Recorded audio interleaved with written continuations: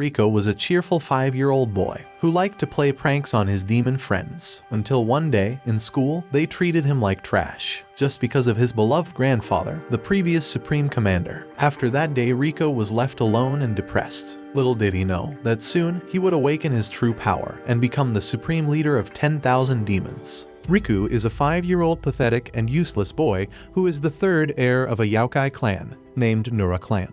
But one day, he saw a young girl with black hair stab his father with a worn-out blunt sword. The girl then looked back at Riku and smiled the most sinister smile. Before being murdered, Rihen looked at the Yamabuki rose, which does not bear any fruit but blooms. 3 years later, Riku was the young master of the Nura house. He was a cheerful boy who liked to prank his attendants. The pranks were on par with those of the Supreme Commander, Riku's grandfather. The main ones include Aotabo and Kyotabo, the assault officers of the Nura house. The small girl, Oikawa, accompanied Riku to school in a human disguise. One day, he asked his grandfather, Nurarihin, if he could have his title as the third now. His grandfather asked him to wait until he became more yokai-like. Riku promised to become a great yokai leader like him. In school, Riku praised his grandfather and said that he was the supreme commander of the yokai. But he had no idea that his grandfather had a reputation for entering people's homes and eating whatever he wanted, causing trouble for them. The children dismissed yokai as a fairy tale created by people a long time ago. Later, his grandfather took him to a yokai council meeting. There were a lot of yokai and Riku got excited to see such powerful members. The reason for the meeting was to name the third heir of the Nura clan and the supreme commander. Lord Gagos put forward his name as the potential candidate because there was no other that surpassed his villainous. All the missing children of the year were his doing. He was in charge of sending them to the depths. Riku heard of such evil actions for the first time and they disturbed him. The council started to praise Gagos for his efforts and declared him the yokai virtue. Even his grandfather was proud of him, which was unbelievable for Riku. But Gagos was not the right fit for the job. Riku's grandfather put Riku in the role of the third heir. The yokai started to argue. Although Riku had his blood, he was still a child. Gagos was furious knowing that the incarnation of evil was not chosen, but a small child was, but he controlled his anger. Riku was quiet, so his grandfather asked what was the matter when he should be happy. He wanted this, and his grandfather wanted it too. The 72 groups of the Nura clan made up 10,000 of yokai, and they would be Riku's to command. But Riku had no idea that yokai were so evil, and knowing this, he did not want the position. He told his grandfather he would be hated more at school, and that he was nothing like him. He ran away from the council meeting. One evening, as Riku was late, Karasu Tengu came looking for him and brought him back to the mansion. He was one of Nuradahin's advisors and a loyal follower of the Nura clan. On their way, Riku asked if he was a human. He had a human mother and grandmother, but a quarter of his blood was of the Supreme Commander. This disappointed him. Arriving at the mansion, he watched the news reporting that a landslide in Yukio Town had buried a bus in a tunnel. It was an elementary school bus that also carried Riku's friends. There were no rescue efforts at the moment, so Riku took it upon himself. But helping humans was against yokai, and he was being stopped. This made him angry, and a white smoke started to surround him. His voice began to change, and his hair became white and longer. This had never happened before, shocking the yokai. He knew no one was going to listen to him if he was a human, but he could lead them all if he became a demon. His blood was running hot, which was his yokai blood. He had inherited 1/4 of the Supreme Commander's blood, now he had the right to lead them. At the site, Gagos with his army was getting ready to kill the children. The children could see the yokai, and they were trembling with fear. As Gagos came closer to the bus, Riku came and attacked him with the sword. He started to bleed and couldn't believe he was being beaten by a child, despite being the most feared. Riku acknowledged his terrifying presence, but would not allow the yokai to take pleasure in killing the weak. He declared that he would become the third heir and lead them all. He was to send the message to all the yokai in the world that he was now the Lord of Pandemonium. Gagos was against him, so Riku killed him in front of everyone. Dharma, a board member and of the Nura clan and one of Nurarihin's advisors, saw this event unfold and understood what it meant to be the Lord of the Night. It was someone who could evoke awe even among humans and wore the true mantle of fear. The children on the bus were scared yet considered Riku a hero. Riku's body collapsed, transforming into its human shape in an instant. 4 years later, they questioned the Supreme Commander. They asked how long he planned to act as the substitute. Nurahian believed no one could lead the 10,000 warrior demon of the 72nd Nura clan as the third heir than his grandson. But the council was not buying it. From what they knew, he had only shown his hidden demon form once in 4 years. But one of the board members, Juki, said that true fear was when a demon hid his whip, to say that Riku was the Lord of the Night. Once he grasped the whip, the day he would be enveloped in true fear arrived. One day, Zen came to visit Riku. Zen was a poisonous bird who specialized in making medicines and was a childhood friend and a sworn brother of Riku. He had not kept in touch with the family for some time and came to see the third commander. Juki told him he had not yet ascended to the command. And whenever someone brings up the subject, Riku becomes sour. As Riku came home from school, he delightedly saw Zen. Zen apologized for not participating in the general meetings, but Riku dismissed them as an event for old demons. Zen said he should not talk like that as he was to become the master of all demons. Riku said that he could not inherit the position as he was a human. But this pissed Zen off and he started to apprehend Riku for being foolish. If he kept up with this act, the leaders would have no idea who would become the third commander. Riku still said that it would be strange for a human to take up the position. Zen had enough and became furious. He was not going to live for this kind of person. Due to overexertion, Zen became weak and started to cough. Riku later was mad at his grandfather for making Zen come all the way even though he was not supposed to move around. If he thought his grandfather was terrible for this, then he was not allowed to run the Nura family. A great snake, Hebideyu, took Zen away because of his declining health. The snake asked him to leave the Nura family because they were going to fall because of the foolish kid. Zen informed him that the Zeni group owed a debt to the Nura family. Because of their weak bodies, the only one who protected and accepted them as decent demons was Nurarihian. The Nura family had under them many financial supporters, such as the Dharma Alliance and Zeni Group. Many demons from the sea and mountains gathered in Japan were the responsibility of Nura to be protected. Now Zen believed that he could see the third commander would be the demise of the family. Hebideyu wasted no time and informed him that his house would also be deleted. He had betrayed Zen, but Hebideyu felt betrayed first. If Zen rose to be a more dominant figure, then he could have a better position even as his vassal. But Zen was always putting the Nura family first. But Zen was not ready to die like that. He still had a mission to fulfill. But he was already weak and coughing way too much to do anything. Hebideyu transformed into a giant snake and attacked Zen, but he was blocked by Karasu Tenjin. Riku had come to save Zen in his demon form. He witnessed everything and told Hebideyu that even if he had 1,000th of Zen's righteousness, he would have spared his life. With one powerful strike, Hebideyu was cut in half by Riku. Zen, unfamiliar with Riku's demon form, asked who he was. Karasu told him it was Riku, leaving Zen shocked. Riku then informed them that he would succeed to the third commander. Karasu thought it was a waste because come morning he would be back in his human form and would forget it all. In the general meeting where Riku was also in attendance, Nurarihian declared that the reason for the meeting was to strengthen the family. He announced Nurariku's candidacy as the third commander. It was all sudden because until now he had been taking things lightly. But now Riku was ready to take the position. He thanked them all for gathering for the general meeting on a lucky day, also known as Tenkichi Jitsu. He then apologized for being rude by addressing them from such a high position. But Nurariku accepted the role of the third commander. Hihai, a board member, informed Nurarihian about an incident in the Monster Cat territory. Hihai thought it was another rogue group mimicking the Kuso group, so there was nothing to worry about and that he would take care of it. But the clan discovered Hihai and 9 other members dead in the forest. It was shocking because Hihai was known for his strength, but he was easily taken down. In school, Riku saw Karasu Tenjin in a hurry and distraught. He was later informed that his grandfather was missing, but it was usual for Nurarihian to disappear. But the recent event with Hihai called for raised concern. Riku said he would look into this matter. As he ran home from school, he bumped into a student who seemed to be waiting for him. Somehow, he already knew Riku and told him that they were similar, young, and overflowing with talent. He told Riku that although he had everything from the start, now he was determined to take everything. He promised to gather more fear than Riku. Riku didn't understand what was happening. Meanwhile, Kana, Riku's human friend, was being harassed by a student named Inugami. He had a tongue like a dog. Before he could do anything further, the other student called him over. Suddenly, as they walked away, they were surrounded by the 7 pilgrims. They were the Shikoku's 88 demon god leaders, referring to the very famous 88 holy places in Shikoku.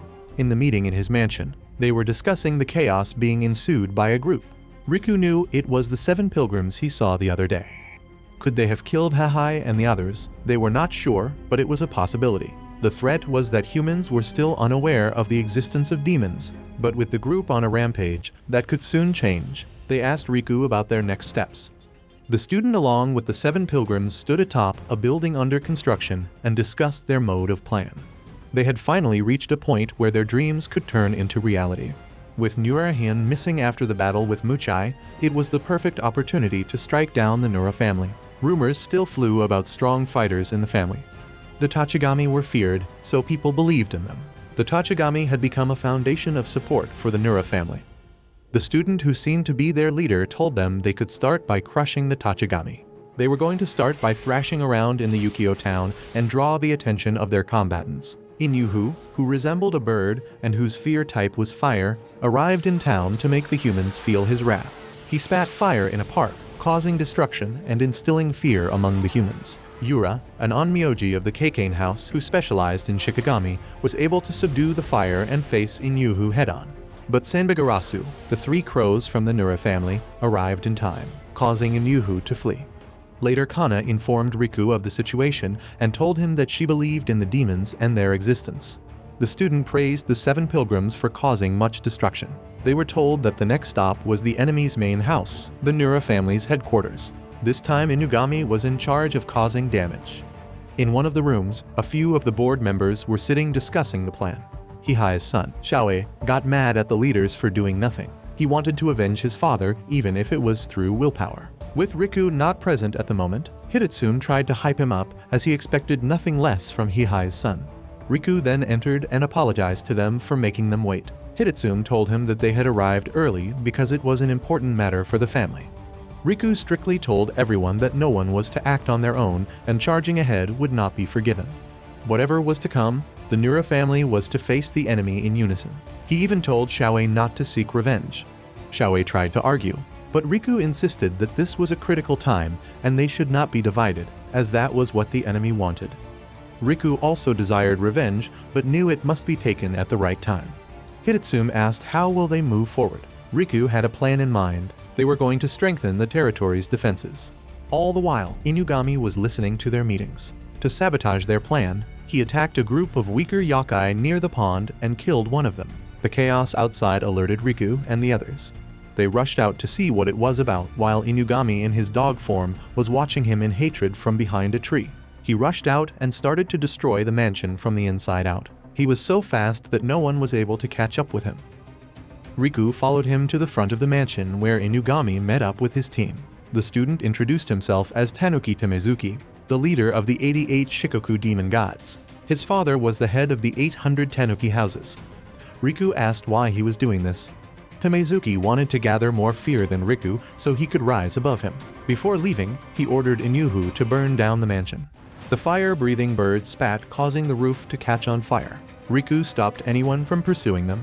Aotabu, even with his immense strength, was unable to calm down the flames. But Kappa, whose domain was the fear of water, was able to subdue the fire by using water from the pond. The next day, all the yokai helped to raise the defenses of the mansion.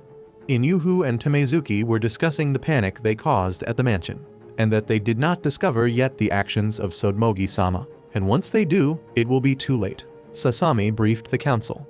She told them about the recent murder. It was of the Matanai Obake and 3 of their bodyguards from the Obake clan. The incident occurred in a short period when the guard was light. It also was when he was returning home from the main house. They ambushed him. The council gasped. It meant someone inside was helping the enemy. Riku calmed them by saying it was not guaranteed that was what happened. He left the matter to be solved by Karasu and ordered everyone to keep watch. But Yura detected a demonic aura in Yukio town. Suddenly, an old woman walked by her and she called out to her. The lady got offended at why she was called an old woman. This was enough for her to shed her blood. The woman used her hair to attack, but Yura quickly defended herself. Knowing she was an onmyoji, she wanted to flee without causing any ruckus. As she ran towards the end of the street, she disappeared around the corner. But Yura was able to track a demonic aura and came across the Nura house. She met up with her classmates who were training. Riku asked if she came to join the training camp. but she simply told him she was trying to destroy a demon when she came to his house. She believed that the demon was a Kajibari Onna. Riku quickly asked if she did something because he knew she was from Shikoku. She told him how she came face to face with her. Later, Karasu showed Riku shadow images of Kajibari Onna. They searched the demonic alleys under the young master's orders. They found a woman at Bakeniko's shop. After looking into her, it was revealed that she quite often met up with the Nura family's lead council members. Riku put 2 and 2 together. She knew the Shikoku group was moving from the information they gave her. Karasu was mad that someone was able to barge into their territory and make fools of their members. To deal with her properly, Riku transformed into his demonic self. They walked to the shop. Inside, Hidetsume was sharing important details of the council meetings, with the Kajibari Onna being drunk as Riku came to the front of the shop. He saw a long strand of a woman's hair. As it broke under his touch, the Kajibari Onna knew something entered her territory. She felt the aura of fear, and she began to tremble. She fled before they could catch her, so Riku ordered his officers to pursue her. Meanwhile, Hidetsume was brought back to the mansion. The leaders scolded him for sharing the family's important affairs with the woman. Riku knew there was no ill intent, but he should not have brazenly shared details. Hidetsume became furious. Everyone blamed him. They believed the family's problems came from their weakness. The leader couldn't unify them. Yura was walking when she felt the demonic aura again. The Kajibari Onna was back for revenge. Yura lured her to an abandoned place so there would be less damage to the town. Kajibari Onna asked why an Onmyaji was working with a demon ally. Yura denied it and said she would never do something so heinous. But enough with the small talk. The Kajibari Onna was going to show her the strength of one of the 7 pilgrims. Yura was also not going to back down as she was sworn to destroy all the evil spirits in the world. Karasu Tengu informed Riku that they had found the Kajibari Onna engaged in a battle. They all rushed to the site. Yura was using her Shikigami to counterattack her, but due to her injury, she felt weak. Taking this opportunity, Kajibari Onna wrapped her in her hair and tried to suffocate, but she was stopped by the Nura family. Riku's immense strength made her feel scared. She tried to stand up to him, but his mere shadow had a strong presence. It cut her hair, which was her weapon. Riku told her that he wouldn't kill her so she could relay the message to Tamezuki to not let a woman do his dirty work. Kajibari Onna went to Tamezuki and explained the whole situation. She told him that Riku was no ordinary person. This excited Tamezuki, as there was some benefit to coming to Yukio Town after all. Tamezuki was waiting for Riku to find out that he was in the palm of his hand. He asked the 7 pilgrims to keep lending their strength to him, to which they happily obliged. Back at the mansion, Karasu wondered, was Tamezuki's mission to destroy the Nura family? It was obvious that the members of the family were being attacked one by one. But as Riku pondered over this, it did not make sense. If they wanted to finish the family, then the Shikuko demons would come at them in big attack. If they were not doing that, it meant they had other objectives. The Paranormal Investigation Squad was at the mansion. They were examining the destroyed sites in town. They noted that all the sites had a shrine as the main target. Riku was surprised at the information and also noted that it had been happening in quick succession. Meanwhile, in the middle of the Shikuko Mountains, Nurarihian visited the place where the leader of the noble Shikuko demons lived. The shrine was home to the 108 gods of Shikuko and was called Yamaguchi Raisendu. Inugami Jalbu was the leader of 808 Tanuki, but now he was retired and Nurarihian came to meet him. The gatekeeper of the shrine asked Inugami Jalbu if he was acquainted with him, to which he said yes. Riku, on the other hand, was still stuck on finding Tamezuki's goal. He connected the dots. He recalled that when he rushed to the site of Kajibari Onna, a shrine had been destroyed. He knew their objective. He gathered everyone and told them to split up and protect the shrines that were not destroyed yet. The enemy was bound to do something flashy to divert their attention, but they had to remain vigilant. They aimed to destroy the Tachigami, to shake the Nura family at the foundation. This allowed them to turn the base of people's beliefs and fears towards the Shikoku demons. Like this, the leaders were sent to look after the shrines. Nurarihian discussed the topic of commanding the gods and how they both had gotten old. He brought up the topic of Hihai and his murder by a demon named Muchai. Inugami Jalbu paled because he knew whose doing it was. He explained that Tamezuki was his 88th wife's 8th son. He had gotten much of her divine power. Tamezuki was trying to gather fear to become the master of all demons. He was going to achieve this mission with 7 pilgrims. Inugami was especially dangerous. Inugami used the power of hatred and jealousy and was a truly fearsome demon. and now he could not stand near Riku. His hate towards him was palpable. Tamezuki told him that he wanted to leave him as a figurehead, not kill, but Inugami reminded him of the Shikoku demon's law. The weaklings die. Tamezuki smiled and told him to do as he pleased. Since it was Inugami, he did not need any guards or scouts. On his way to Riku, Kajibari Anna stopped him to ask if he would do anything for Tamezuki. He explained that it was Tamezuki who woke the power within him. It was the power of hatred. Back at the mansion, Riku was playing games with the squad when Inugami was surveying the place. He was just getting mad looking at Riku being friendly with the humans. He hated that Riku was liked by the humans. They received an email that contained potent information. The demons were haunting an abandoned school building. A film projector in the auditorium showed demons when activated. The whole squad got ready to investigate despite Riku stopping them. As Riku got a phone call, he was distracted and the squad left. On the call, Inugami told him that he wanted to kill him because he was hiding inside his mansion. He said it would only be fitting to kill his close friends. Knowing Riku would not allow his friends to die, it was the perfect opportunity to lure him. Riku knew it was a trap as that email was sent by Inugami. He ran as fast as he could to the abandoned school building, but fortunately, nobody was hurt. The boys were in the projector room, so he went there to see what it was about. As they activated it, Inugami's silhouette was on the projector. He told Riku that there was no need to save the demons as they were going to become dinner for the demons. He hated Riku for being accepted by both the humans and demons. Whereas humans would never accept demons, but Riku told him that was not the case. He tore the projector and emerged from it saying humans were the real evil as they treated him like a monster. He considered Riku to be inferior to him and did not accept him, and his hatred towards him made him blind. But successfully, the officers of the Nira family arrived at the scene. They incapacitated Inugami so he would not take any rash actions. Riku thanked his friends for saving him, which made Inugami furious. He thought guys like Riku were privileged and always protected by others. The hatred he felt transformed him into a ravenous dog. The backstory of Inugami was a painful one. He tried his best to fit in the human society, but it was excruciatingly hard. They called him names and girls were scared of him. At that time, he had no idea there was a world full of demons. Until one day, he was found by Tamezuki. Tamezuki asked him to become one of his comrades, but before that, he wanted to see his worthiness. They tied him up like a feral animal to test his powers. Inugami thought he had no powers, to which Tamezuki replied they would have to kill him as per the Shikoku law. His will to live and to belong transformed him into his astonishing dog form, a power that swelled the more he hated people. Tamezuki was happy with him, so he allowed him to join his team. In the present, Inugami was like a ferocious dog, attacking only Riku. Before he could fatally attack him, Hubinashi, a friend of Riku, tied him with his strings. The more he moved, the tighter the strings would get. But he was blinded by pure hatred. He shouted that Tamezuki made him a real demon. He believed Tamezuki to be superior to Riku, who mixed with the humans. Riku tried to reason with him. He told him that he was being fooled by Tamezuki. Inugami knew that Tamezuki was a terrible tanuki with a fake calm, but he still provided him with a place to belong. Riku said demons and humans were not superior or inferior. This caused him to be frantic.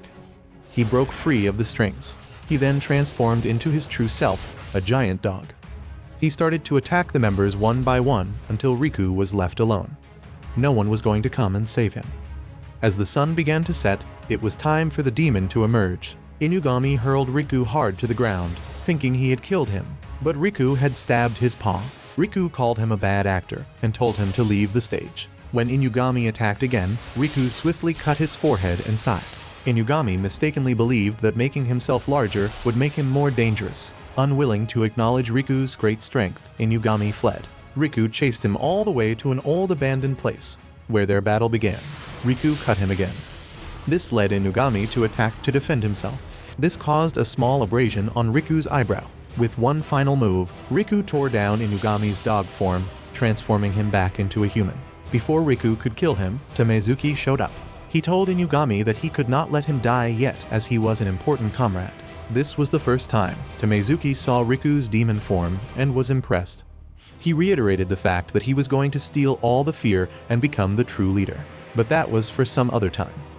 With that, he left with Inugami. Nurarihian came to know that Tamezuki had the legendary treasure. It was the Demon Lord's gavel. After realizing that, he changed.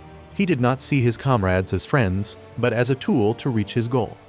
Now it was time for the 88 gods of Shikoku to stand at the center stage. Hashinokashi, the name of his katana, meant proof of the supreme ruler. With it, they would advance. Tamezuki was chosen by the katana to be the master of the 88 gods.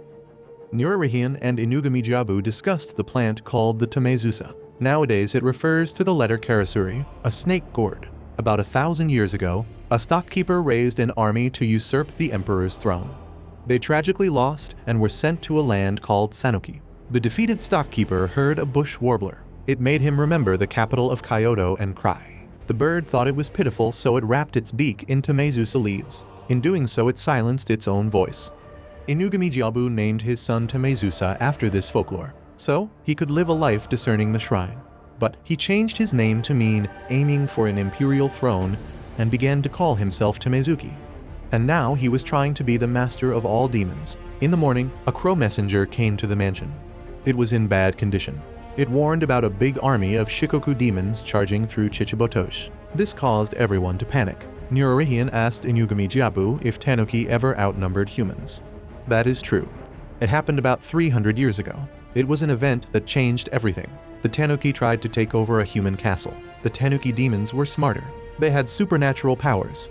This should have made the outcome obvious, but it did not. The entire demon army was decimated. It was because of a single katana that humans had, the Demon Lord's gavel.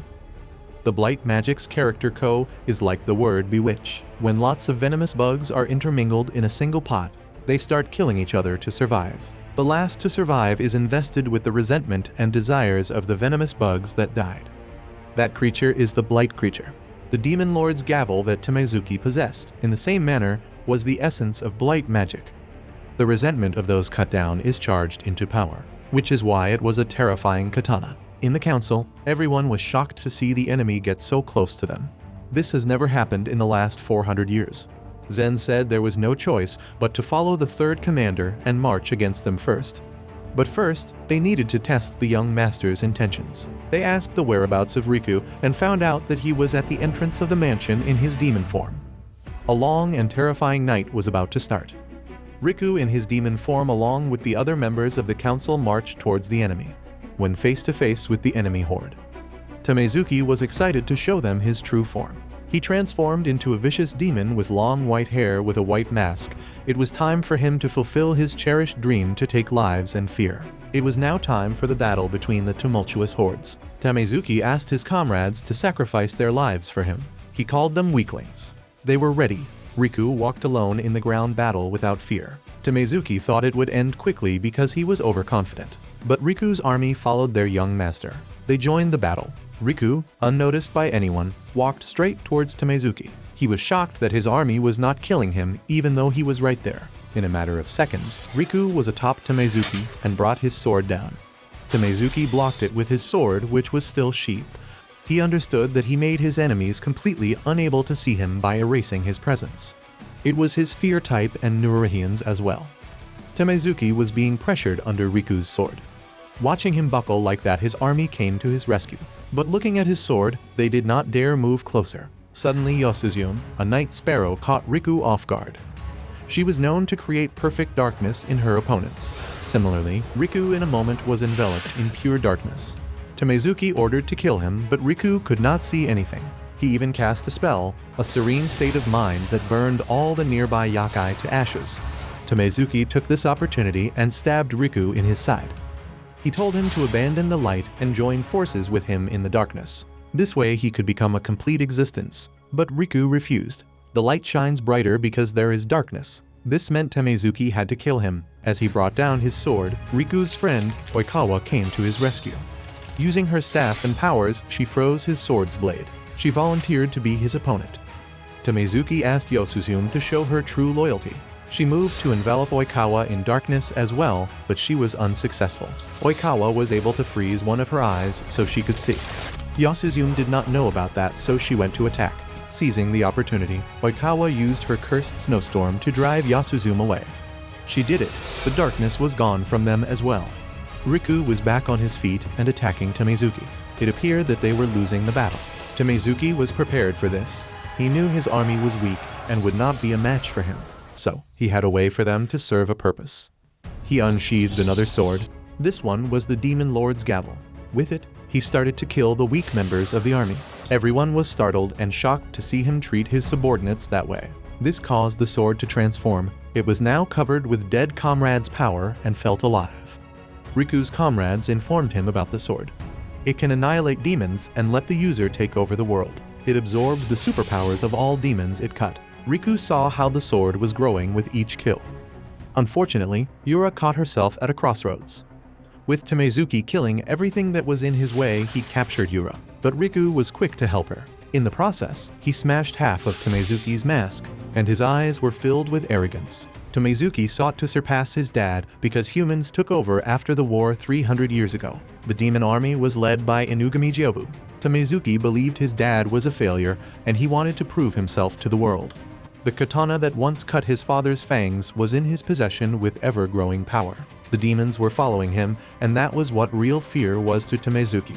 His fear was greater than the Nura family's supreme commander's fear. Before Tamezuki could attack, Kubanashi intercepted the sword with his strings. Everyone gathered around Riku. Kana, who was on the side watching everything, was defenseless. This was the perfect opportunity for Inugami to attack her.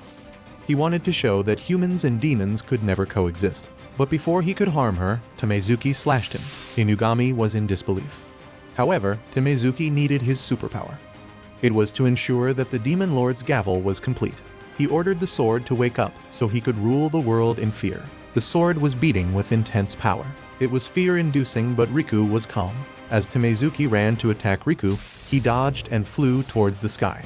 The clash of swords continued high up in the sky. Now, everyone who could have intervened was gone. Riku said he had his comrades' support. But Tamezuki disagreed. He said the one on top does not need comrades. Tamezuki wanted to stand atop the corpses of all demons.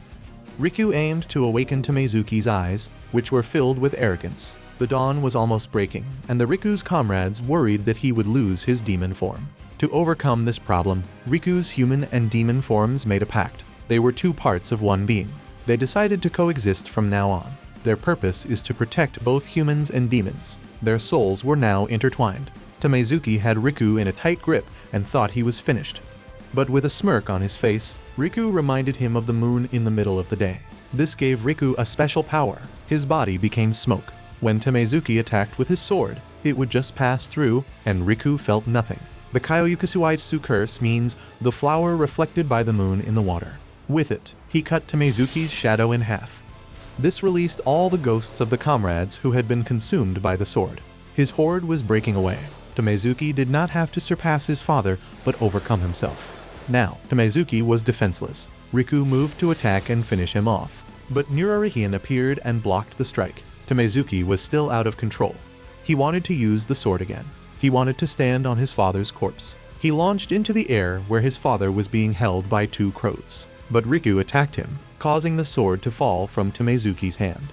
Riku told him that, like the others who followed him out of fear, he had betrayed them. At least he could carry the one demon who loved him dearly. Inugami Jiobu jumped and landed near his son. He picked him up and arrested him, but with great love.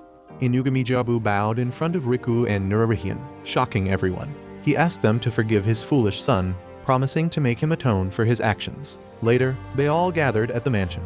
Riku and his grandfather sat at the head. They were going to celebrate the start of the young master's wild horde. It was also the next great phase for the Nura family. Yura, blindfolded, was practicing her water shots, but she seemed just a little off. She still needed to improve. She was visited by Riku. He was worried as he had not seen her at school lately.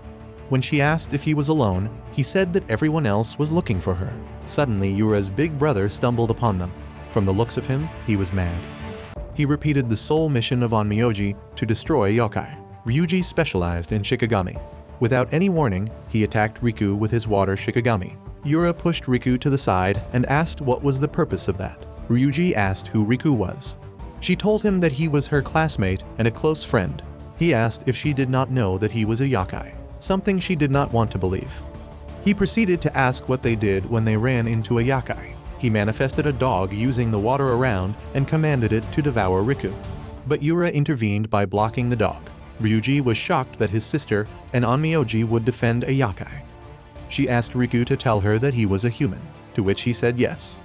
He saw the desperation in her eyes to save a friend and had to lie. She smiled and told her brother Riku was not the enemy. This pissed Ryuji off. Protecting a yakai was against the Kekkane laws. She chose Riku over her brother. Without wasting another moment, he attacked with the dog. Yura once again blocked the attack with her Shikigami, but it drained her and she fell down. Her brother gave her an ultimatum. If she didn't want to die, she had to come back to him. Riku, in his demon form, was quick on his feet and rescued Yura from Ryujin. He could no longer hold back as he watched one harming one's own. He put down Yura at a safe spot and got ready to fight. Ryuji opened 2 vials. Smoke formed from them into deathly flowers. If touched, the flowers could melt anything. He also formed a water structure around Riku. It was called a triangle field. It devoured him instantly.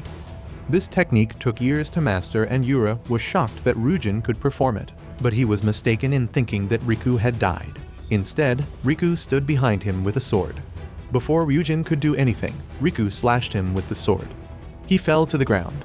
Suddenly, Mamoru, a partner of Ryuji, attacked Riku with a Shikigami, a paper with a chant written on it. It blasted Riku and he was down. Yura feared he was going to be killed. She asked who the guy was. Ryujin got up and told her he was her childhood best friend, Mamoru. But now he was a completely changed person who showed no emotion. They were going to kill Riku, but when Ryujin saw the sword Riku was carrying, he was shocked. It was Nenakiramaru, an Onmyoji sword that only cuts yakai. Why did he carry something like that, but he ordered Mamoru to hurry up and kill him. Mamoru rushed forward to cast Riku into the dark, but strings tied up his hand. It was Kubanashi. The whole place was filled with the army of yakai, the night parade of 100 demons. They were there to defend their young master. Ryuji knew this too, so he had to tread carefully. He asked Riku who he was. Riku said he was the young master of the great Yakai Yakuza family of East Japan, Nurarihian's grandson. Mamoru's eyes were filled with hate and he lunged to attack Riku again. But Riku's personal guards stopped him and even Ryuji asked him to stop it. Besides, Ryuji was there to tell her some bad news. The mortal enemy of the Kekkane clan was on the move. They were led by the great yakai that united all Kyoto's yakai, Hagoromo Gitsune. They had broken the 8 Kekkai barriers that were maintained by the Kekkane. The head of the clan, Hidemoto Kekkane, had added Mamoru to the clan and ordered Yura back. Riku, who heard the name for the first time, was scared and felt immense pressure. Before leaving, Ryuji told Riku to take care of the Nenakiramaru, but Yura collapsed due to her injuries. She was brought back to the mansion where she was treated. When she regained consciousness, she ran outside knowing now that it was a yakai mansion. On top of a tree branch under the moonlight, she found Riku. She went up to him and asked to answer the question of whether he was a human or a demon. Depending on the answer, she would choose to kill him. Riku said he was a human during the day, but a yakai in the night. He did seem like 2 people, but they were 1. This convinced her, and she chose to believe him as a good person. She thanked him for all his help. Nurarihian asked Juki if what Ryujin said was true about Hagoromo Gitsune. He never imagined to hear her name again after 400 years. During the Keisho period, 400 years ago, many ambitious young yakai gathered in Kyoto. It had been a center since ancient times. They wanted to see who would reign supreme. Few Kyoto yakai saw the formidable army of Nura and knew they had to become stronger to defeat them. Princess Yo was known to be the healer. With just her hands, she could treat any sickness. Her father, who was a greedy man, was profiting off of it. She hated this because she wanted to help for free. An Onmyoji named Koremitsu was there to protect her from evil yakai. He even gave her an exorcist sword that killed yakai so she could protect herself. The sword grew powerful with every kill. Young Nurarihian, who had been watching for quite some time, was in love with her beauty. He wanted her for himself. One night took her to his mansion. She did not want to go, but he promised to make it worthwhile for her. He carried her in front of the guards, but they were unable to see him. It was due to his fear manifesting to make him look invisible. That night, she enjoyed the time with the yakai at the mansion. She called them Ayakashi, another name for yakai. Nurarihian asked her if she wanted to marry him because his feelings for her had grown over time.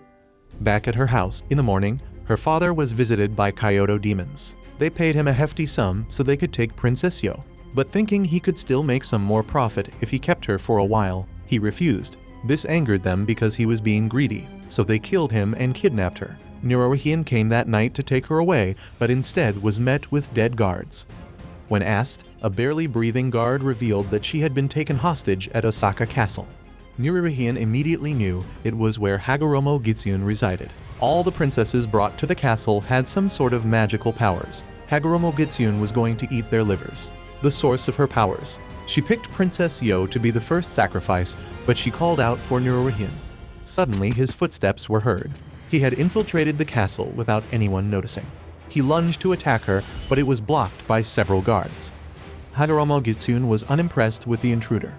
He introduced himself as the supreme commander of the Nura clan, Nururihian. He was there to take his woman back. She was interested to see an Ayakashi had come to save a human. It was the first time in 100 years that a yakai had turned against her. It was a fun show for her. He lunged again to attack, but he was attacked by her tails. It caused serious injuries to him. But he was undeterred. He pushed forward again to be attacked. One of the tails impaled him. She was bored and asked him to do something more entertaining. She explained that each of her tails represented a time she had been re-imprisoned. The tails reacted to hot-headed Ayashi who came after her. They made him bleed and dance. Princess Yo tried to heal his injuries, but Hagoromo Gitsyun stopped her. Princess did not understand why he was going to such depths for her. He confessed that whenever he is with her, his heart opens up. He brought peace to him, and he wanted to spend eternity with her. But he wanted to show her how cool he could be, so she fell in love with him as well. He changed himself quickly. Hagoromo Gitsyun noticed that he was a different person now. This was where the darkness started. It was time for the battle between the Ayakashi. Nururihian engulfed himself in pure darkness that Hagoromo Gitsyun could not even see him. How were her tails to react when they did not know where he was? He quickly met her and slashed. This made her yakai energy escape through the wound. She was devastated, having spent years gathering it for her unborn child. She chased after the escaping energy. As Nururihian pursued her, she used her tail to rip out his heart, consuming it to make up for the lost energy. She was going for the kill, but cursed papers surrounded her. Hidemoto had used Shikigami Hagun. It held the power of the 12 ancestral gods. He used it to cleanse evil and defeat the demon. The 12 gods appeared and tied her using magic. Due to her losing her yokai energy, she was weak, which was why it was easier for them to control her. Hidemoto informed Nururihian that the sword he used to cut her was crafted by him. He then used it one final time to slash her in half. Before dying, she cursed Nururihian's bloodline for all eternity. Hagoromo Gitsyun was gone, and Nururihian became the Lord of Pandemonium. Princess Yo was trying to reach Nururihian to heal his wounds. She was worried and decided to stay by his side for the rest of her life. He had overcome the Kyoto demons and had a beautiful wife beside him. She then became the mother of the Riham, the second heir. Riku was having flashbacks of the time when a young lady killed his father. Keikane clan was worried because the army of Hagoromo Gitsyun was on the move. Riku went up to his grandfather and asked if he could go to Kyoto. Nururihian's demeanor changed, mad that Riku would want to go to his death. He suddenly vanished and then reappeared in front of Riku, who was taken aback. He then kicked Riku into the pool outside. He called him a fool who could not even dodge an old man's kick. He had a lot to learn, or he would be knocked by the underlings. Riku rose from the pool in his demon form and was visibly pissed. If he wanted to go to Kyoto, he was to draw his sword. Karasu Tengu, who was walking past, saw the tense situation between them. Nururihian poked Riku with the back of the sword at the same speed as his kick. Riku did not have the time to register how his grandfather was so quick. The battle between Ayakashi was a competition for fear, and the first rule was if one got the jump on the opponent, then the victory was sealed. Riku wanted to prove himself. So, he swung his sword aimlessly at Nururihian, who was easily dodging. It was time that the Ayakashi of yore moved on to the next level. Morphing into a shadow, he defeated Riku. It showed if Riku were to go to Kyoto, he would be helpless. Riku was determined to go to Kyoto and asked if he could go there if he learned the trick. It was because whenever he heard her name, Hagoromo Gitsyun, he would get agitated.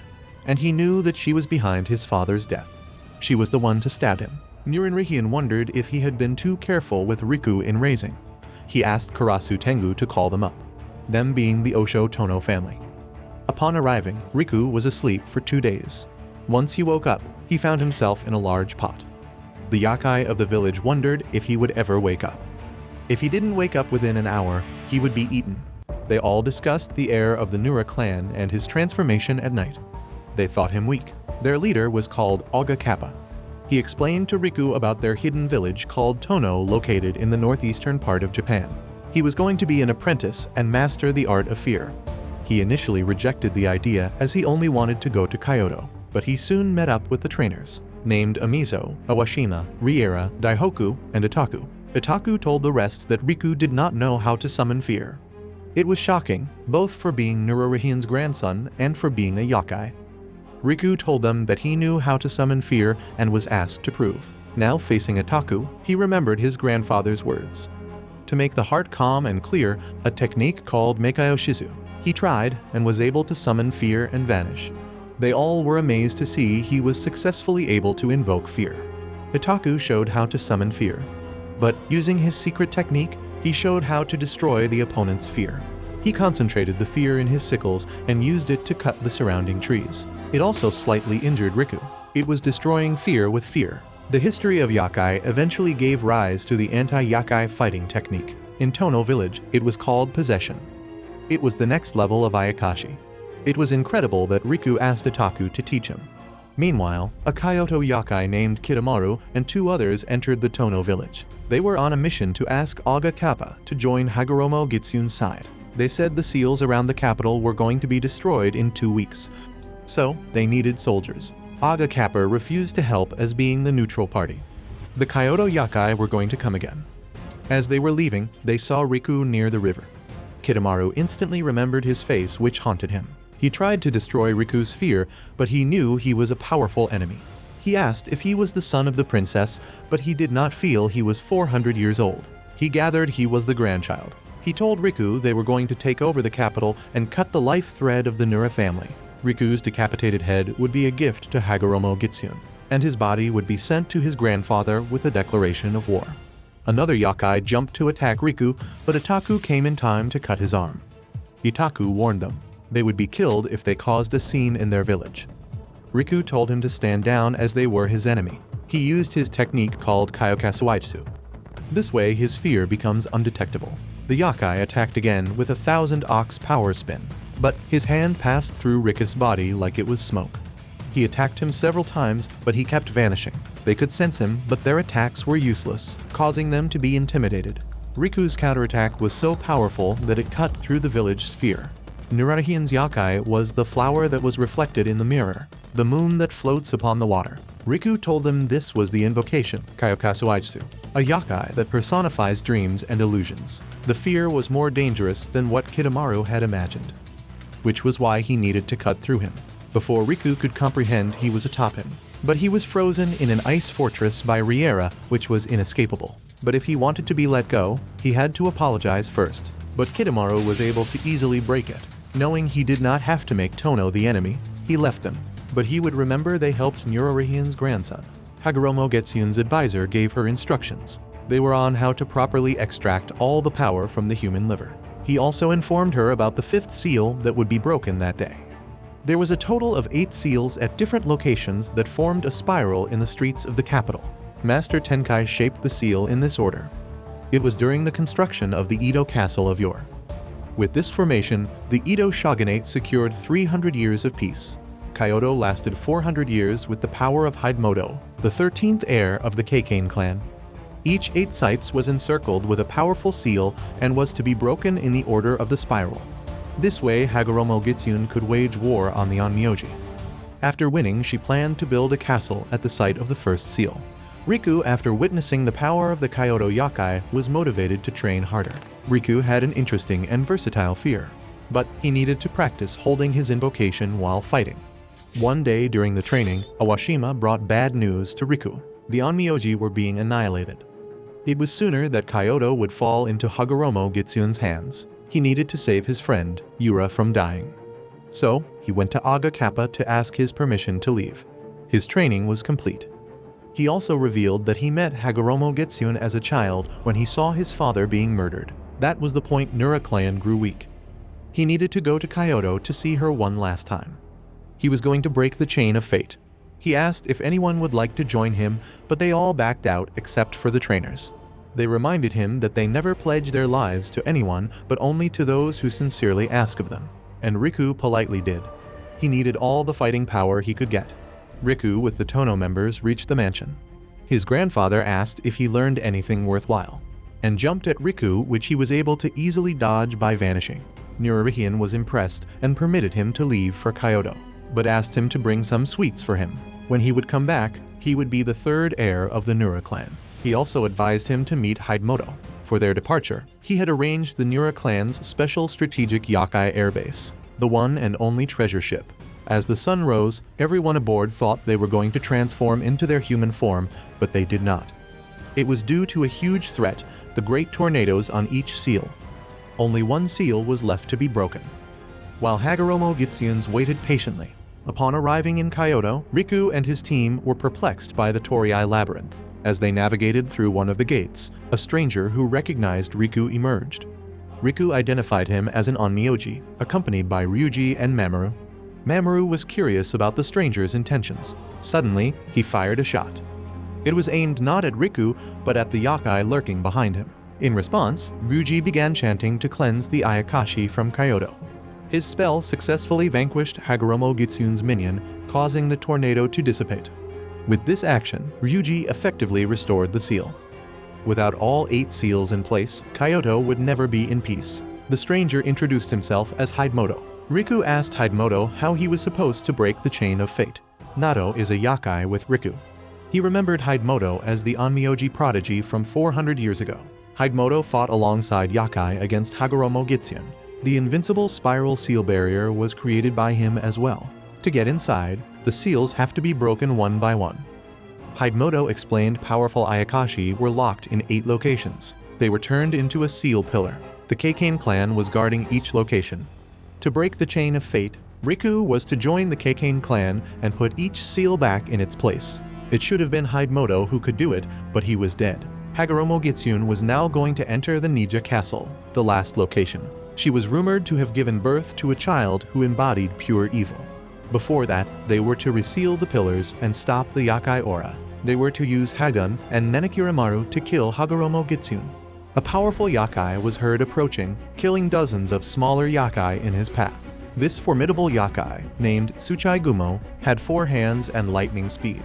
He quickly reached Riku, announcing he was there to fight strong opponents. Pointing at a few individuals, he challenged anyone brave enough to face him. Riku told his members to step back, declaring that he would fight Tsuchai Gumo himself. Riku used the secret art, Kyokasuwaitsu. He mastered it in Tono. It evades detection. But the second attack from Tsuchai Gumo was able to tear Riku's fear. One kick and Riku was sent flying. His fear had no effect.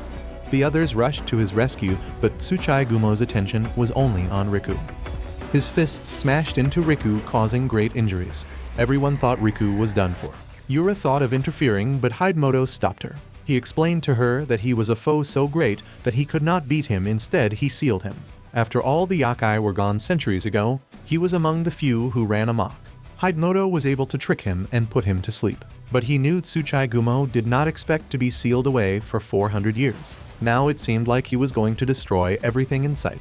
After a long beating, it was thought Riku was dead. Tsuchai Gumo waited for the next opponent. It was Oikawa. She was furious at what Tsuchai Gumo had done to Riku and was ready for revenge. Tsuchai Gumo attacked her with his massive fist. She tried to counter with her chilling wind, but she was no match for him. The force of his fist sent her flying. Riku rushed to her rescue, preventing her from falling fatally. She was happy to see him alive before fainting. Riku was so mad that he could only see red. How dare his subordinates get injured on his watch? If the enemy wanted to destroy the night parade of 100 demons, they had to do it over Riku's dead body. Tsuchai Gumo was impressed to see Riku alive, despite his evident fear.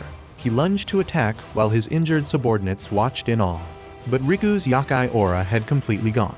It meant he was in his human form. With sheer will, he was going to attack. Everyone tried to stop him. Tsuchai Gumo was a type of Yakai who feared nothing.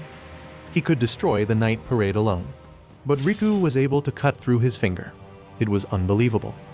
The technique used was Nenakiramaru. Now it looked like Tsuchai Gumo's attacks were ineffective. Riku was attacking relentlessly, but if he lost, his subordinates could not use their power. It was because Tsuchai Gumo's fear was destruction, the night parade of the 100 demons. Tsuchai Gumo grew bored. He was leaving to find better prey after quickly fixing his finger. Riku was not going to give up and lose in a place like this. He was a commander after all. Tsuchigumo was puzzled about why he couldn't defeat Riku. However, Riku was in his human form and unable to continue fighting, so he fell unconscious. Everyone was relieved at least he stayed alive.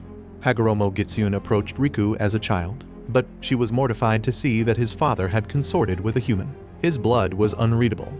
She told him the curse of Fox would never go away and Nuruhian's bloodline would fall without fail. She tried to stab young Riku, but his father stepped in and was stabbed instead. He ran away.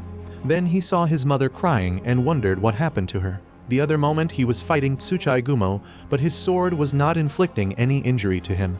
It was a nightmare. He got up and found Juki next to him. He was brought here to train, but Riku wanted to fight Tsuchigumo. Before he could leave, Juki's fear enveloped him. It was so intense that Riku started to panic.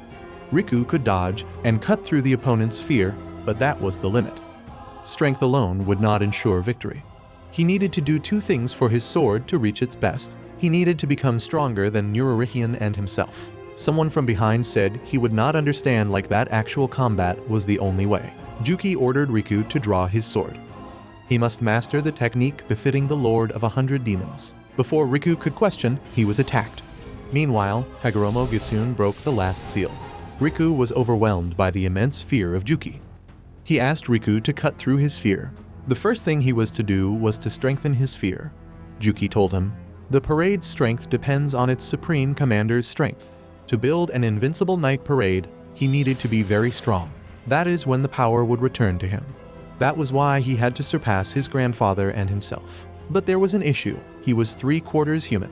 Juki's training involved him to accept his identity as a human as well. The Nura clan's strongest era was when his father was the ruler who was a half-human too. He needed to let go of the notion that humans are weak and accept who he was. Becoming strong was the second thing he needed to do. Suddenly, he was attacked by the same person who told Juki to fight him. Riku tried his best to overcome the two formidable yokai. But facing two opponents was too much, and he collapsed. The other man was going to finish him because he was too weak, but Juki stopped him. It was not part of the deal they had made. He listened, but it was not over. When Riku woke up, Zen was by his side. He healed Riku's wounds using ointments he made. Zen told the reason he was there, to heal his body during the grueling training. Riku apologized for being weak, earning him a smack from Zen. He was the supreme commander and he could do anything he wanted. He also mentioned that Juki would be back for training as soon as the sun came up. Riku wondered what the two techniques were. Zen told him a story about his family, how they followed the Nura family to battles and spread their poison wings for them. He then showed his beautiful yet venomous wings to Riku, who was in awe. This was his fear, and he wanted to use them to fight for Riku. Riku was grateful for Zen and his empowering words which urged him to do better. Once the sun was up, Juki waited for Riku to return from the forest. Although Juki was skeptical, and with the option to run away, Riku, determined as ever, showed up. That night, he ate well after tough training. The only thing on his mind was the sword that could touch Tsuchigumo. The training only took place in the morning when Riku was in his human form. But suddenly, the cabin was filled with lesser yokai. Initially, they thought it was early training, but they were wrong. The yokai were there to kill Riku. They attacked him, but he cut through fear easily, defeating most of them. Riku asked Zen to run away, but Zen wanted to stand alongside him and fight. After a heated debate, Riku agreed for him to stay. Juki, who was on his way to the cabin, was thinking about Riku. He knew Riku had grasped Nururihian's essence in Tono. That's why he defended himself from a fatal injury in the fight with Tsuchigumo, but he had yet to discover his true self. He had forgotten the adaptability of humans. Juki was once a human too. He understood the need for Riku to hide what he thought was a weakness, but he knew the second error, how his people trusted and he depended on them. He had acknowledged his human side, which made him stronger. Juki wanted Riku to master a technique. It let fear grow by adding more fear. Back at the cabin, Riku was tired because the yokai were too many and strong. Zen, eager to be of use to Riku, spread his poison wings. The power from the wings infused Riku's sword, making it vibrate with intense energy. With a single swing, Riku's sword caused the entire cabin to explode. Juki, who was nearby, was shocked to see Riku's fear. The enemy started to fall like flies. Riku asked Juki if this was the technique he was talking about. Zen, who was weak after using his power, remembered his father's words to spread his wings for the night parade of 100 demons. This was the power of the Nura clan. He unlocked something important. Trust others so he could gain their trust, in return obtain power. This was the hidden technique of the Lord of the Night parade of 100 demons called Equip. The Tono members were waiting for the next move. They were all severely wounded, but seeing Riku walking toward them gave them renewed strength. Oikawa was being held captive by Tsuchai Gumo so he could face Riku once again. To him, he was one of the few interesting guys. Riku entered the place with a bang. He disappeared and reappeared behind Oikawa to rescue her. He told Tsuchai Gumo that this time he was going to kill him. She was on the verge of tears because she wanted to be useful too. She would not step back, but rather protect him from the front. She did not want to see what happened to him last battle. He told her she did not have to protect him anymore, but he needed her desire, strength, heart, and body. She entrusted him with them all. He gained strength, which was multiplied, and he challenged Tsuchai Gumo. Riku's sword now had the power of ice, fear of Oikawa. With one swipe, Tsuchai Gumo's fingers were chopped. The ice started to spread all over his arm and destroyed it. This technique was called equipping Red Plum under the snow. Tsuchai Gumo knew that if did not get serious, he would get killed by the sword. So, he isolated Riku by enacting a barrier around him. He wanted Riku all to himself because, after hundreds of years, Riku was the only opponent who could match him in battle. But Zen and Oikawa jumped inside to help. Until he crushed Riku, he could not crush his night parade. Tsuchai Gumo mocked him, saying it was 3 out of 100. But he was wrong. 3 more joined him, Itaku, Amiso, and Awashima. The Tono would become his strength as well. Riku was glad they would lend their strength, but since he didn't know Awashima's fear, she couldn't lend hers yet. Itaku attacked alone to give the others time to explain the Tono the hidden technique. Riku was amazed by his skills. He wanted his power and wanted to equip his fear. Itaku, who was not used to standing in someone's shadow, was not trusting Riku fully. But Riku showed him he had mastered the skill Itaku had shown him in Tono Village. Itaku agreed to become his blade. He could see Riku carry his fear. Tsuchai Gumo, now serious and no longer joking, began generating electricity with his body. He swatted his giant hand on Riku to crush him under his weight, but Riku jumped, and with Itaku's Aster Scythe, he slashed through his body. Tsuchai Gumo was cut in half, and his fear began to dissipate. Everyone was shocked. Meanwhile, Ichiro Mogitsune was in her castle preparing for the birth when she was interrupted by a noise.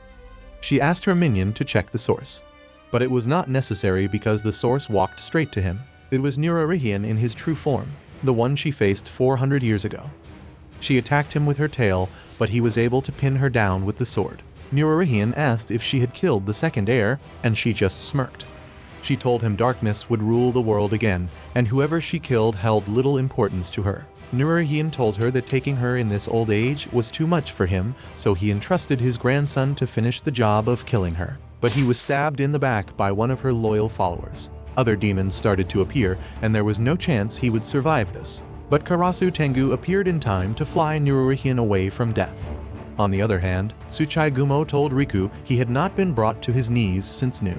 He was the mysterious Kyoto Yakai everyone was making a fuss about. He was an Ayakashi and a human who ruled over the darkness in Kyoto a millennium ago. He was also an Onmyoji. Tsuchai Gumo stitched his half-slit face and told them he would like to sleep until Nu was born, and he left. Riku had won, but it did not feel that way. Because above them a storm was brewing. Kidomaru told his demons to look around for Nurarihian, who could have gone far with the injury. He then informed Josie, the advisor of Hagoromo Gitsune, about her labor. But Kidomaru was informed of the river street occupied by the night parade of 100 demons. Riku, their supreme commander. Suddenly, the castle where Hagoromo Gitsune was residing collapsed under a giant mass. She sat atop it. She kept repeating she could feel Seimei, her son. The giant mass took the shape of a newborn baby. The son of pure evil was going to be born, and Josie was excited for it. Everything so far had gone smoothly. Long ago, alongside humans there was darkness, but the humans could not live beautifully anymore. They were tainted by their sordid true nature. The dark creatures were betrayed by them. So, she decided to fill the world with something pure black, without the speck of impurity. Black like her hair, eyes, and clothes. She asked her servants to protect him. He needed protection. This meant Nu could not fight yet. He needed to be complete because Nu was originally a human. It was their chance to kill him. Riku took his opportunity to fight Hagoromo Gitsune. As he came face to face with her, his worst nightmare came true. It was her. She had killed his father. She realized that it was Nururihian once again getting in her way. She questioned him, asking why those of his bloodline interfered with the creation of a world where Ayakashi would reign supreme. Riku asked if that was why she killed his father, but she was haunted by Rihan's face and didn't understand why. Riku, armed with thousands of blades, was at his strongest. Tsuchigumo told Hagoromo Gitsune to fight Riku, as their battle seemed destined. He offered to babysit Nu in the meantime. They clashed, and she could see why Kidomaru lost against him. But with one move, she destroyed his swords. The sword did not even touch her. Kuro appeared and told Riku to create an opportunity to get close to her and then release him as striking. Kuro would strike all her 9 tails, and using that opportunity Riku could thrust Nenekiramaro into her main body. But it would cost his life, which he was prepared to give in Riku's cause. Riku lunged to attack with his 1,000 swords, but she destroyed them again with her tails. Riku took this opportunity to gain in on her and stabbed her in the heart. Although it penetrated, it did not cause her any harm. Even Nururihian had tried the same trick. With the sword stuck, Riku could not escape her brutal sword attack. He was struck with the sword of 3 tails and wounded severely. She stabbed him again to take his liver for herself. But she had a flashback of Rihan and stabbing him. Riku made her miss by stopping the sword with his bare hands. She was impressed by his skills and his ability to slip through, but she intended to take his blood and liver. Riku asked when she turned into Hagoromo Gitsune, because he remembered her from his childhood, how she used to laugh with happiness. He was asking the human part of her the question. She had reincarnated many times into human bodies, so Riku knew there was a human part that might remember childhood even if Hagoromo Gitsune did not. Riku proceeded to tell her about the time he saw her amidst the falling petals. She had a flashback again, and it terrified her. It was confirmed it was her. She was getting mad. She had been reincarnated for thousands of years, so his words should be meaningless to her. She continued to attack Riku. She was stronger than he was, and she saw he was losing power quickly. She pierced him with the spear of 4 tails and pinned him with a pole. If he could not move, he could not use his fear. Watching him vulnerable, she remembered the face of a 5-year-old boy. The debris falling from the giant mass showcased her memories. She was frozen in fear, but she was shaken by the emergence of her child. It was too late. Nu was born, and everyone was shocked. Riku was not done talking to her, but she was just focused on her son. Their battle was just a grand show on the eve of her child's birth. Each time she was reincarnated at the thought of her child, but her wish was never fulfilled. 400 years ago, she was closer to her son, but Nururihian had ruined it for her. That memory made her furious, so she struck Riku again. Riku called to his dad, and a fragment of the memory came to life on the debris. Hagoromo Gitsune was again petrified. Yura seized the opportunity to use her Shikigami, Hagun, and blasted Hagoromo Gitsune. Just as Hidemoto had previously harnessed the power of the ancient gods, Yura did the same. The spells bound Hagoromo Gitsune, immobilizing her. Riku took advantage of the opening and slashed her body.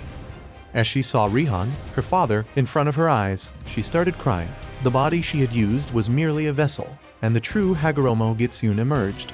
Her head started to hurt because this body was supposed to be perfect. She questioned Jizo about what he did to resurrect her. It seemed like Jizo was behind everything and his wish had been granted. Seimei was the one pulling her strings all this time. Jizo was just there to execute it on his behalf. She was fading. Everyone watched the next move. Riku held her vessel, his sister's body in his arms. Seimei, who was also new, appeared as a man with long golden hair and pure golden eyes. She was overjoyed to see him and hold him in her arms. However, he betrayed her and threw her into hell through a portal. He thanked her for the 1,000 years so he could walk the path. She was his son. His light and darkness only could cast a shadow when the light was behind. Now he could proceed as the true Lord of the Night parade of 100 demons. He gazed upon the city, disgusted by its filth, and proceeded to purge it by destroying it completely. He was going to rebuild Kyoto. Riku was furious at his actions, first killing his mother and then toying with them. To him, a man who died 1,000 years ago did not have any business in the world. He put his sister down and got ready to kill him. His army tried to stop him because killing him alone was impossible. But Riku did not listen and ran with his sword towards him. Unfortunately, Nu stopped the Nenekiramaro sword with just the tip of his finger. It was not enough to bring him down. Nu shattered the sword into tiny pieces. Nu knew he was Rihan's son, but to him, he was not strong enough. He brought his sword down to strike Riku, but his sister stepped in front. Nu said her pity grew out of false memories. He tried to strike again, but Nurarihian took Riku to safety. He asked others to buy him some time so he could check something out.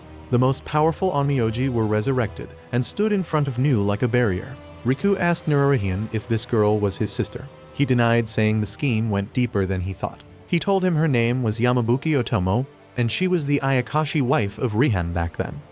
It was centuries ago when Yohan was alive. Rihan one day brought her to the Nura mansion and told Nurarihian he was going to marry her. She was exceedingly beautiful and graceful, knowing that marrying the second heir would be challenging, yet she was happy to do so. That was when Rihan's glory days began and lasted a long time. But due to the curse of the fox, their clan could not propagate. As a result, Rihan and Riku were the children of a Hayashi and a human. The fox curse had not counted such a possibility. For 50 years Autumn could not produce an heir and kept blaming herself. One day she disappeared, leaving a Yamabuki rose behind and a poem that Rihan was reading before he was killed. The poem referred to her infertility, how the Yamabuki rose blooms but bears no fruit. She left the world to wither away, but heard a voice in the pitch-black world. It was a soul rebirth. She was in essence Yamabuki Autumn. Nu before his rebirth was in hell. In every era when the world was shrouded in darkness, there were numerous times when Hagoromo Gitsune could have given birth, but almost every time she was crushed by the Nura family.